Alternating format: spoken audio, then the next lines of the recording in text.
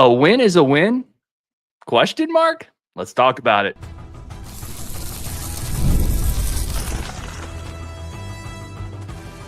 You are Locked On Badgers, your daily podcast on the Wisconsin Badgers. Part of the Locked On Podcast Network, your team every day. What is going on, Badger fans? Welcome to Locked On Badgers, your team every single day. Part of the Locked On Podcast Network. I'm your host, Ryan Herrings. We got Rajiv over there. Today, we are talking your thoughts of this game. Player of the game, three big things. Badgers, Buckeyes, basketball game reaction. First half was great. Badgers built a 17-point lead. Second half was the inverse of that. Badgers tried very hard to give away a 17-point lead. I don't think that was a lot of Ohio State taking it. I thought that was a lot of the Badgers giving it away. But we are going to start, as always, with the good, the mid, and the ugly. Rajiv, why don't you lead off with the good? We'll take turns on this one. Yeah, the first half in itself, I feel like, is a good. The intensity was really good. I think there were a lot of things in the first half. If you just isolated the first half in general, you would see a lot of good things. Much better blocking out in the first half. The rebound, we out-rebounded them, I think, 18-14 in the first half. That's nice to see. I mean, you could see the intensity, that awareness around them to make sure that they were not going to get easy offensive rebounds. And that was something I noticed right away. Overall intensity was great. John Blackwell just taking things over in the first half, early in the game. The way we played so deliberately, so intently when the first half was fantastic. But I'm going to highlight the rebounding specifically in the first half and the blocking out, because I think that was the first time that I really felt like we were actually doing that. And we got a foul called on us because we were blocking someone, I think jumped someone over JB's back. That never happens. That is something that has to carry forward. Didn't carry forward in the second half, which we'll get to, but I like that specifically in the first half. 5. The Badgers have won 5 in a row. Like, that to me is the good. And like Fair. A win is, we're going to talk about the bad, but you still got to win ugly sometimes. You got to win games where you didn't play for a full 2 halves. You got to win games where you had some execution issues down the stretch. You have to win some ugly games. And I'm telling you, in a week, nobody's going to look back and be like, oh, I can't believe they won an ugly game against Ohio State in January, in the middle of January, against a mid-Big Ten team in a quiet Kohl Center on a weekday. That second half was inexcusable. We're going to talk about it. But you still won the game. And you've now won 5 in a row to put yourself right back in that upper tier of the Big Ten standing conferences, or the Big Ten in that conference race. So, yeah, ultimately not pretty, but an ugly loss is better, or an ugly win, is better than an ugly loss. So they won, and that's when we would have lost this game when we played last year. Someone commented on that too. I thought the same thing. I mean, this is a game last year that we lose. Look at the Nebraska game last year. We were up 19 and we blew it. I mean, the fact that we come out of the win it's absolutely paramount. It's just so important to realize that, yeah, you're right. 2 weeks from now, no one's going to care. We're not dropping in the rankings because we barely beat Ohio State. We're just going to stay where we are. It's a win. Margin of victory means nothing in college basketball. And I mean, it does a little bit, but we got the win. And it's something that we always talk about, how close wins, close losses can go either way. This game certainly could have gone either way. But the fact that we were on the right side of that just means it just puts us in that much better position and that much adversity that we face, that hopefully the next time we do it a little better. Yeah, I think that's very well said. Let's go to the mid. I'll start this one. To me, it was some players just disappearing. Nolan Winter just not showing up today, quite frankly. I thought there were moments where he could have driven. I thought there were moments where he could have been more aggressive. He wasn't there. John Blackwell, after a great first start, scored the first 9 points, and we're like, this is going to be his 35-point game. This is going to be a 40-burger game, the way he was attacking. Then he just kind of stopped. There wasn't a John Blackwell moment in the second half. You just can't have players be that inconsistent. To me, that is kind of the mid of this game to me. Yeah, I mean, it's along the same lines. I think Stephen Crowell was a bit of a mid, just because I thought that he was a good first half. Again, he's very aggressive. In the second half, I just thought that he wasn't really doing as much out there. But I think it's really just the mentality for me is the mid, is like that first half to second half mentality. We got sloppy. And it just seems like we had a 7, literally just like Nebraska last year, where we were up and then all of a sudden it was like, okay, we can just coast now. No, you can't coast. They're still a Big Ten team. They came out firing at the beginning of the second half, and you knew that something was going to happen. But yeah, so for me, particularly Stephen Crowell, and Blackwell was my other one. I agree with you. I just feel like he just was kind of like, okay, hands off. I'm going to just coast here. You can't do that. It's that you're going to lose games if you do that again. It's a good lesson to learn when you win, so that next time you're in this situation, you do better. Here's my thing with Crowell. I would actually, I think, push back a tiny bit on that, because so much of Crowell is dependent on other people getting the ball, the coaches calling for it. You almost like he can't get that ball himself. Like he can't be aggressive himself. Now on the glass, sure, but I actually thought he had some nice moments boxing out today and working down low, even in the second half. But offensively, they just stopped looking for the post, it felt like. Yeah, I think there were a couple times in the second half where I felt like, and we'll have to do it on the rewatch, but I felt like there were times where he passed out of the block when he wasn't double teamed and he needed to say, you know what, I'm going to take over here. I'm going to get this shot because he was doing pretty well. I mean, I like some of the open looks that he and Winter both had. They had really great open looks. They just didn't drop them. But I did think there were times, a couple times in the second half where he could have just taken it and backed his way into the lane a little bit more. He was like mid-range when he caught the just take it. You're aggressive enough and you're playing a guy that's not as good as you. You can take that in those situations. Yeah, Logan Brew, a good point. And this is something we kind of hit on. Why are we so down? Come March, they won't be looking at the score. It's a Big Ten win. Obviously, we hit on that in the first part. A win is a win in the Big Ten. Hit me with your ugly. Just pick one. I mean, like the end of game, gosh, I meant to say just the coaching was really bad at the end of the game. I thought John Blackwell's shot, I don't know which possession it was near the end. It kind of got lost in translation there, but it reminded me of an old school Chucky, just, get a high screen outside of the 3-point line, swing around late in the shot clock, 2 seconds left, fire up a bad shot. And that really killed me because you could have easily gone down to Crowell there. You could have had a drive from Tanja. You could have done something better. And I just think the way that we handled the entire, now again, I want to caveat this by saying I do like the fouling up three. I like that we did that. That was smart. But I think overall, the last 10 minutes, I mean, we were going shot for shot for them, but we could have put them away so many times and we just couldn't do it. And it was I appreciate the fact that we didn't let them get ahead, that we were making our buckets but we weren't stopping them at all. I felt like there was the points per possession for Ohio State has to be outrageous in the second half. There were no empty possessions. Every time they missed a shot, there was an offensive rebound. Every time or there was a foul, there were just no empty possessions, and nothing drives me crazy when no matter how good we're shooting in those last few minutes, we couldn't get an empty possession. We couldn't find a way to turn it up another notch defensively to make sure that we could grow that lead. And that just really upset me because I'm like, how can we not get one stop? How can we not block out that one guy every time? And we just kept getting in our own way. Yeah, you got to get a stop. They were giving up layups, straight line drives, offensive rebounds. There was no killer instinct in that second half. It felt like they heavyweight boxer, and they knocked Ohio State onto the mat, and then they just assumed he wouldn't get up. And then when he got up, they were like, I already had my burger and my post-game shower. I thought this match was over. No, bro, you got to finish a game. There was no killer instinct at all. I thought the offense stopped playing offense. They just went iso ball. I thought that was ridiculous. We were up 8 with 2.5 minutes left. I do like fouling up 3, but not with 7 seconds left. I thought that was too early to foul on that point. It just creates too many situations where then you could miss a free throw and they still have another possession. I thought that was too early to foul, even though I like the scenario fouling up 3. Here's the one this one really frustrated me. Max Klesmit played 30 minutes. Kamari McGee played 16. Yeah.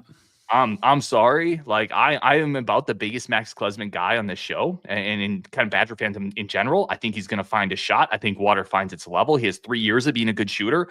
The way he played tonight and the way he's kind of played up to this point this year and the way Kamari McGee has played, you cannot play Max Klesmit twice as many minutes as Kamari McGee, man. You can't do it. Kamari McGee's been too good, period. That I think that's the ugly for me. Yeah, I mean, I'm surprised. His first game back from injury, I'm honestly surprised he even started. I thought he could have just come off the bench and because it's his first game back, I know it was only 1 game out, but why not just kind of let that go? Because it worked pretty well the last game with McGee starting. But yeah, I mean, the fact that he got 30 minutes in McGee all of a sudden just went back to the bench again, and as much as he did, yeah, it was inexcusable. There were definitely things that I liked about what Gard did tonight, especially the fouling up 3. I disagree with you. I'm okay doing it up with 7 seconds left. It doesn't really bother me because I think now I would have liked to go now to 5 instead of just right then at the top of the key. Maybe they get an ugly shot, but I do appreciate the fact that we're taking advantage of the strength that we have, which is free throw shooting, and it came through. Other than John Blackwell, of course. Right. Except for John Blackwell missing 2 clutch free throws. Somebody in here, and I already lost a comment, said, guys, why are you complaining? We're up 14-3. I'll remind you, this is the good, the mid, and the ugly. We're in the ugly part right now. That's the part of the show where we do point. And you're never perfect, even in great wins. You're never all awful, even in bad losses. So I think it's fair to look at that second half where Ohio State thoroughly outplayed us and point to some negatives. All right, we do have to take a quick second for our friends of the show. We're going to come back. Player of the game. Why I think it was still Big Steve, but I'm curious where Rajiv is going to go with this one on Player of the Game. That's coming up next on Locked On Badgers. But first, a quick break for our friends of the show. And I love these guys. I talked about it before, Rajiv. I just ordered a chair from Wayfair. Wayfair are new sponsors of the show. Listen, Christmas holiday season's over, but there's always time in the winter to tidy up a little bit, spruce up the home, add a little bit of flair to the old walls, the kitchen, whatever it is. Wayfair has got everything you need for your home, whether you're tidying up, clearing out, or you just want to give your space a fresh look. Listen, 2025, it's not just New Year's resolutions for me, Rajiv. I know you're a higher life form than I am, but I'm trying to get in shape. I'm trying to eat a little bit better. It's also New Year's resolutions for my house. I want to get my house a facelift, get it looking a little nicer over on Wayfair. Give your home the refreshing needs with Wayfair. Head to wayfair.com right now. That's WAYFAIR.com. Wayfair, every style, every home. I have an area rug from Wayfair. Good stuff. I already cut you off. I'm sorry. I've got air. We redid our living room a couple years ago, and we used Wayfair for all of it. It was fantastic. Really good stuff. Hit me with this player of the game for you. It's John Tonje. It's John Tonje. I'm surprised you say Crowell. I hear why you say it, but I think ultimately, I know that it's a stat that isn't sexy, but 10 of 10 at the line is insane. Like, how many times is he going to do this? Like, talk about just being clutch. He knows when to take a shot. I like some of the threes that he took. He obviously made clutch shots. He was kind of absent a little bit in the first half. Certainly, it was Blackwell's half. It was Crowell's half. But then the second half, Blackwell just kind of disappeared. And Tonje's like, okay, I got it. I'll take care of it. Now, it wasn't the best half we played. But again, I give credit to the Badgers for staying step for step with them. It was like 43 to 48 or something like that. And it just felt like it was 7-5, 7-5, 7-5. Like, it was just, we were trading buckets.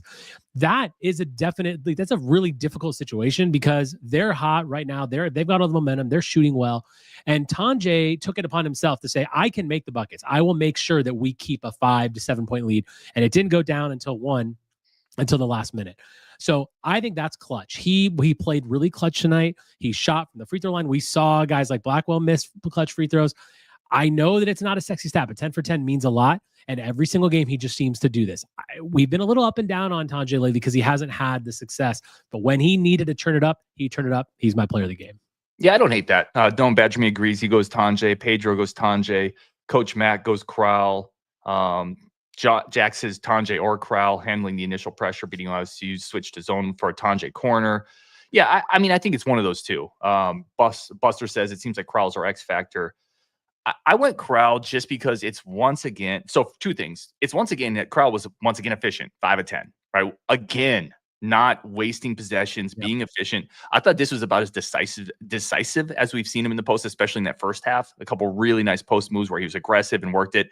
And then we saw finally, I've been waiting for this moment as Crowell's been playing better. We finally saw an opposing coach say, I can't handle that dude one-on-one right now. So they started doubling him. First play, they doubled him. Crowell to the corner, up to the top, corner shot for Kamari. Kamari missed it, but that's great offense. And that's all keyed in by the way Crowell played today. 7 boards. I thought he boxed out well. But yeah, Tonje would be the other guy. And I know you said it's not a sexy stat. 10 for 10 from the line is super sexy to me. Like that, that dude, I have no fear when he goes to the line. I don't care how clutch the situation is. End of the game, up 1. Tonje is so good in that moment. Yeah, so it's one of those two for me. I went Crowell just because I think it's, again, the efficiency and the way he's making defenses adjust to him. But Tonje, I'm good with Tonje too. That works for me. Don't badger me. He says John's dunk was fired. Man, that dunk was fantastic. And there was another comment here. I already lost it, but that when they switched to zone, he hit that 3 in the corner. Here's the thing, right? Like I said earlier, this is a game we would have probably lost last year. And it seems like even when we have our poor games, which this was a poor second half. There's no doubt about that. It was definitely one of the worst second halves we played. It was a great first half, but someone has to step up every time. And we're not seeing a situation where no one is playing well. We're not seeing a situation where no one can step up.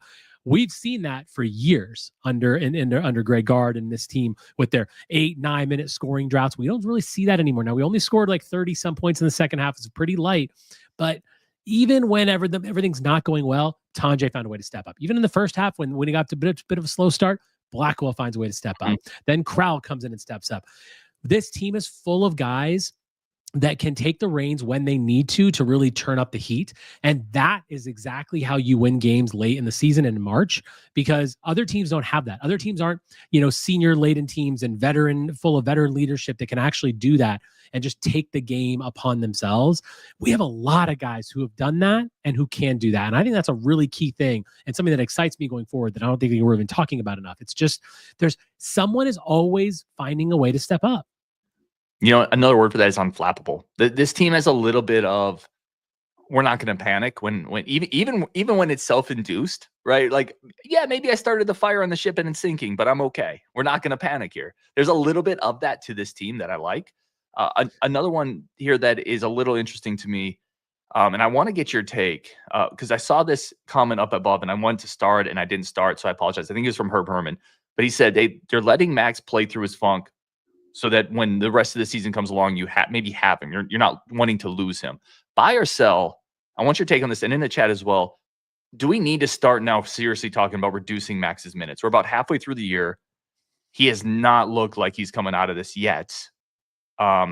I don't know, man. Buy or sell? Do we need to start talking about Max playing too many minutes? Yeah, buy it. And I definitely think we need to start talking about that. And I hear the argument about, he needs to play through his funk. But here's the thing. Like, he's a scorer. He's a shooter. He doesn't need to have 30 minutes a game to stay in it. It's not like he's going to not get minutes. He can get 15 to 17 minutes. And if he goes out there, and as I've been saying for a couple weeks now, I don't want his first shot to be a three. I want him to find a way to get to the bucket, find a way to do something. He's pretty quick off the dribble. He can find a way to do something else. Get, quick mid-range, stop and pop, like layup, anything to get to see the ball go in the hoop and go from there. You don't need to have a 30 minutes to get out of a funk. Like, no, you can do that in 15, 17, 19. That's what you need to do. And yeah, absolutely. Because let's face it, Kamari McGee has earned it. If nothing else, that's it right there. It's not about benching or reducing his minutes. You've got a guy on the bench that has worked his butt off and has earned every minute of playing time that he gets. And that is the number one reason you have to reduce his minutes, because someone else has earned it. That's the whole idea of competition.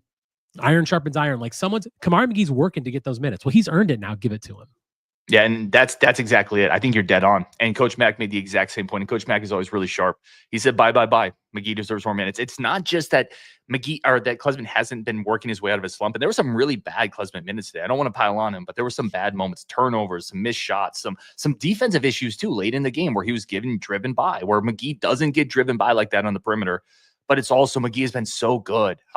He needs more minutes. And I agree with that. Another guy said up here, you buy like it's trade, like the end of Trading Places, which is a phenomenal movie and a great reference from Mr. October. If you haven't seen that, it's incredible. Here's my other question I have for you. These are the two I want to hit you on, the buy or sell on that one. And then we have a comment here that I wanted to star. Yep. Ben Powell says, can we talk about the work Gilmore clearly did in the offseason? Couldn't hit water from a boat last year, has hit threes every game now. I want to ask you this, because we've talked about the improvement from Gilmore, how incredible it is. Can you name another Badger basketball player who, after 2 or 3 years in his career, completely altered the trajectory of what fans thought of him by adding some element that I was and in the comments, in the chat is always smarter than we are. Let us know. I can't think of a guy like this. I can't think of another example, Rajiv. I don't know that I can either, man. I mean, I think that, like, there really isn't anybody, like, not to this level, not to the point of, like, I mean, we talked about it on our show yesterday. It's like, he's one of the most improved players on the team, hands down. I just think that, like, he went from someone who we criticized nearly every single game to, have we criticized him once?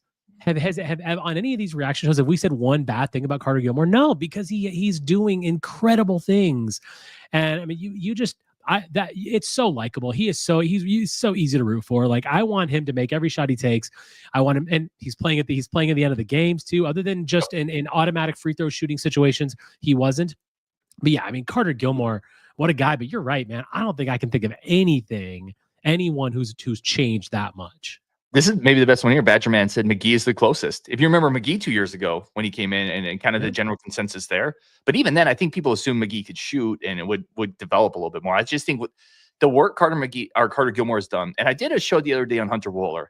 And Rajiv, I don't know if you saw it or not, and no worries if you don't. But like, I kind of made the point, you got to now appreciate the players that stick it out and get better and represent the program in the NIL era even more. Like, because you're going to have less of them, right? You have to appreciate those guys even more. Kamari McGee, Carter Gilmore are the epitome of that. Like, you have to be able to root for those guys and appreciate them, because it's going to be rarer and rarer to have cases like that in a world where everybody's moving and everybody's shifting and everybody's looking for where the grass may be greener. These two guys didn't. They just got better. And credit to Greg Gard and the staff for doing it, but credit to them as well. I love the story. They're both of them. I would challenge people to find anyone in the Big Ten with other than those two guys that made that big of a jump off the bench, continuing to be off the bench, and have done that. I got a couple things I want to get your take on. Do we need to take a break first? Yes, we do need to hit a break. We're going to come back, talk about some of your comments. We got a bunch of things starred. Definitely want to get into that, and also talk about kind of expectations for this team. That's coming up next. But we are due for a break, so we're going to take that now. Quick second for our friends of the show over at Rocket Money. I talk about Rocket Money a lot. I am not, probably to the no surprise of anybody who really knows me, great all the time with my money. Like, I do end up spending it at times. Rocket Money helps me rein that in. They bring all my financial impact stuff to one spot. They help reduce my subscriptions that I forget about. Rocket Money is a personal finance app. They save up to $740. Members average up to $740 per savings per year with Rocket Money. They're incredible. They've helped cancel over 500 million in canceled subscriptions. Like, there's no reason not to do that. Like, treat your money a little more carefully in 2025. Rocket Money is here to help do that for you. Rocket Money, cancel your own subscriptions, reach your financial goals faster with Rocket Money. Go to rocketmoney.com/lockedon today. That's rocketmoney.com/lockedon today. rocketmoney.com/lockedon. Let's jump back into this. We got a bunch of questions and comments from you guys to get into. And Rajiv, kick it over to you for your part. Yeah, so I want to ping you on a couple of things. First of all, first a comment. I'm really glad this is the last game without the student section, by the way, because the atmosphere in the Kohl Center is something that's a little bothersome to me. I was there in the early 2000s, the beginning of the Bo Ryan era. Believe me, I mean, it was electric, and it's been electric for a long time. And today it wasn't. I saw way too many empty seats. I know it was super cold. I know the students aren't back yet. That is a big deal. And we need to get back to that. The question I had for you is, we were talking on the Discord a little bit, and I felt pretty strong about this. Blackwell at the line, does he need to miss that last shot? I personally think he does. 1.3 seconds left on the clock, or maybe 1.5. They had no timeouts left. I don't like the idea of calling the timeout because it gives them a chance to draw. I agree there. Play. Like, what jumped on? Why they didn't have a timeout for the last 2 minutes of the game, and yet we gave them plenty of opportunities to do that. I don't like that at all. I really, really think you missed that shot. Now, I know some of the risks in missing the shot. If he misses the rim altogether, it's the ball out of bounds anyway. But you're not catching the ball off of a rebound, turning and doing anything with it. They got a really good shot. Now, he stepped out of bounds, but that was a really good shot that he got there to win the game. I don't like that coaching move at all. And I don't know if he was trying to miss it and he just didn't. I don't know, but I really want that. If he's trying to miss that and you're going to take a timeout to do it, boy, I think you have to have a little bit of a better effort then, don't you think? Yeah, so, and it's interesting. I started this comment earlier. This goes along with what you were talking about. Bryce Hafer says $10 to whoever can explain that guard timeout at the end. I hated that. I don't give them an opportunity to draw something up. Like, here's the thing. Like, what do you need less of with veteran teams, Rajiv? You need less timeouts to explain through situations because people have lived it. They've been in it. They've done it. You should just be able to do that on the fly, and don't give Ohio State time to draw something up. I didn't like that. I didn't like that at all. So 100% agree with you. And I also agree. I think you missed that second shot. I guess he was trying to miss. Everyone has been saying that. So thank you for saying that. Yeah. So that's the other thing. When he bounces it in, you can see him slump his shoulders. So he actually was trying to miss that. For the record, he didn't. But I agree with you 100%. That was their plan. They didn't execute it. I think you missed that 10 out of 10 times because there's no way you're going to get that rebound and get anything of substance. Now, the one caveat is you have to be very clear as a coach in that moment. Do not reach in. Do not foul. Let them do whatever they want with the rebound. Because that's the one danger there, right? Outside of airballing it, the one danger is you have someone do something stupid and then they go to the line on the other side for 2 free throws in a 1-point game. I am surprised that if he was trying to miss it, which clearly he was from what the comments are saying, I'm surprised he actually shot it like a normal shot. Like, why not just I remember doing this, throw it up almost like a chest pass right at the rim. Now, again, I understand you take the risk of missing it, but it's not something you can't practice. I mean, it just seems like that if that really was the attempt at a miss, that's kind of strange because that was basically his shot that he's been shooting all night, and he just obviously tried to leave it short. it just seems like that could have been executed a lot better. I think you really made that a lot harder than it needed to be. He should have just tried to make it, because that wasn't working tonight. Sorry. It is shocking that he had that. I was really, really shocked by that. I wanted to bring this comment up here. Sorry. GT Sterney says thoughts on the West Coast trip. This is interesting because we're 4-2 now. By the way, I mean, stepping back a little bit, like what a great way to start the Big Ten season now. We were 0-2. We come into January, and once again, we're undefeated in January, which like we were last year too. We need to keep that going in February. The Big Ten season gets a little bit tougher now. We've got 2 games on the West Coast. I'm actually going to the UCLA game, I think. Our thoughts, of course, with everyone out in LA with all the fires and everything. I'm not sure what's going to happen with that. There should be some news about that later this week. But as far as the games, if they go on as is, I think it's a great opportunity if you can find a way to get a split. Because listen, 2 back-to-back road games in new arenas is not easy. So being realistic, a split would be great. It puts you at 5-3, and then coming back home. It's an interesting thing, but I think it's an exciting trip. Obviously, for me, it's going to be great. But it's places you haven't played, which is nice to see. And UCLA is slumping a little bit. They've had a few losses in a row now. USC is not really the greatest. So we could come out of that 2-0. If you do that, then you're really looking at a nice stretch of the season. Yeah, I agree. That's really well said. And the Badgers have set themselves up for success here. Let's be clear. After that first 2 Big Ten game stretch, what did we talk about? We said danger zone. We said now you got to rip off a chunk of games. That was what we talked about, right? You cannot now drop. You lost your insurance, essentially, for the early season, and the Badgers haven't. They have ripped off this chunk. Crowell's re-engaged. The team has found a way to win some ugly ones. They've taken care of business where they've had to. You got to give them credit for that. And I know tonight's tenor is going to be a little negative. It's coming off as a little negative, but if you zoom out, 30,000-foot view, this is good. The Badgers have done what they needed to do, period. I mean, when we were 0-2 in the conference, the one thing we said was climb out of this hole. And that's why that original game, that first game against Iowa was so big, because 0-3 is totally different than 1-2. And yeah, kudos to this team. I mean, again, you're going to have close games. And if you come out on the left side of the column, as Bo Ryan used to always say, that's a massive, it's just important. It's great teams can win close games. And I'm not saying this team is great. What I'm saying is this team looks like they're really good. There's a lot to like about this team. There's a lot of things to be positive about, because you've got offensive players all over the floor, and we're going to struggle at times. But I would much rather struggle and come out with a W than anything else. And I feel like that's the one thing that we can take from tonight, is that we still won. And that matters so much, because teams would kill for that. Like, we've so many times last year, we came on this reaction show and we were just so upset because we lost another close game. We didn't. And and Ohio State is on their podcast right now talking about how pissed off they are that they couldn't find a way to win. No, they're like, can you believe they took a timeout and set us up for that last shot? Unbelievable. They tried to give it to us. That was really stupid. Selgani brings up the counterpoint to Klez, and McGee said, we don't win big games without Klez. We need him more than McGee. Klez only took 5 shots. He needs to find his shooting. McGee is pretty much not defended as heavy and is a good spark. So that's the counterpoint. It's a fair counterpoint. I do think, listen, I will say this. This is where I'll agree with Selgani. Now, I do think Klesmit needs to play a little less and McGee needs to play a little bit more. I think that the stats and the eye test and the results bear all of that out. However, I think he's right in that if this is going to be the best version of the Wisconsin team, it does need a good Klesmit, because he does bring something that toughness, versatility, a little bit of more size on the perimeter than McGee does. And he does have a penchant for hitting big shots. So I think in that aspect, I would agree with it. Yeah, I do agree that we need Klesmit to be better than he is, but I don't think that it's at the expense of McGee right now. I think that's why you're gonna have to tell Klesmit, yeah, you're gonna have to find your way out of this. You are going to be a critical part of this team. You are going to be necessary down the stretch, but right now you're going to have to take a step back because you're just not making the shots. I mean, McGee is shooting like 50-something% from 3, and Klesmit is shooting 28%, and now it's probably 27%. It's not. I think that's ultimately what it is. And it's okay. I mean, we saw that with this Ejian last year. We saw that he just couldn't do anything. He wasn't being effective. And sometimes you got to take him out. By no means do I want to see Klesmit get 5 minutes a game. No way. He should get close to 20, but 30 and 20 are very different.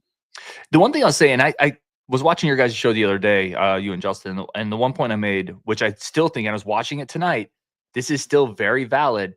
Teams still close out on maniac max at the 3-point line, which means two things. It means opposing defenses are still treating him like a shooter, which means they're still creating space. And that's important. When you start seeing teams go under on him, when you start seeing teams not close out as aggressively, and that's when you start saying, okay, now we need to adjust a little bit more. As long as he's still creating space, there is still value even in missing shots. There is value in shooting 3-pointers on volume if you're creating gravity and you're creating offensive rebounding opportunities. You're creating opportunities for back cuts and slips. So there's value there. And his assist rate has been pretty high this year. It's more today specifically for me. He looked kind of sluggish. He looked like a guy coming off an injury. In a tight game, it just felt like there was too many minutes there. I think it's more micro than macro for me right now. And the one thing about Klesmit that you always have to remember is that, boy, as soon as that guy makes one, he absolutely can make 5 more. There's no doubt about that. His confidence shoots through the roof the second he sees one go in. And we've seen that. We've seen that even this year before his injury. Like it's just, that's going to happen. So we do need that. And I think that'll happen. I definitely do not feel like, we've seen the last of him or he's going to just fade away. Like, no, he is a really critical part of this team. You always need that one sharpshooter guy. You're absolutely right. They're going to guard him like that for the rest of the season because at any moment he can score 9 straight points in a minute. I mean, he absolutely can. Yeah, and I thought we were about to get hot. He had that tough shot today. Nick Flav says there's no value in shooting 29% from 3 on volume, Ryan. Listen, I hear the point there. I 100% do. I'm just saying he's still creating gravity. It is what it is. But he does need to shoot better. Every single person would agree there. It's not efficient enough right now for Max Klesmit, which is partially why I don't want him at 30 minutes. So I think we're closer to agreeing on that than not, Nick. Yeah, and the other thing I would say is like just in general about tonight is about the shooting is I didn't dislike any of the shots. I mean, we shot a pretty poor. I don't have the percentage in front of me. What did we shoot from 3 tonight as a team? 22%. Yeah, not good. Yeah. But I think a lot of the shots were pretty good. I mean, Crowell and Winter both had, I think, 2 wide open 3-pointers. That's fine. I want that taken every single time. And I like Tanjay's. I like McGee's too. I think one was a little bit contested in the corner, but that's fine. I think Blackwell was maybe had a couple that he rushed. Certainly he had a couple heat checks, but I mean, the thing is, another game happens. We're going to shoot 37%. And then all of a sudden, where are we at? We win this game by 12 points. So, I mean, I think to me, what's more important is the quality of the shots that we're getting, and including Max, as we were talking about. I don't have an issue with the way Max is shooting. I have no problem with him shooting while he's in there because he hits 1, he's going to hit 3 more. Yeah, I don't disagree with that. We're going to wrap up there. Brian Axton says, take the W, forget the rest. Don't badger me. Not pretty, but a W is a W. I think it's a good way to end. Like, not the cleanest game, but Rajiv, as we both said, a win is a win, and that is ultimately what matters. Thank you for tuning in to Locked On Badgers. We got 250 of you with us right here. A bunch more wherever you listen after this, whether it's in the car, on YouTube, whatever it is. Thank you guys so much, as always, for tuning into the show, supporting the community, being a part of what we're doing here. It does mean a lot. On Wisconsin, when you're done, go check out Locked On Big Ten. All the biggest stories in the conference over on that channel. We will talk later for sure on Wisconsin, and we will see you soon.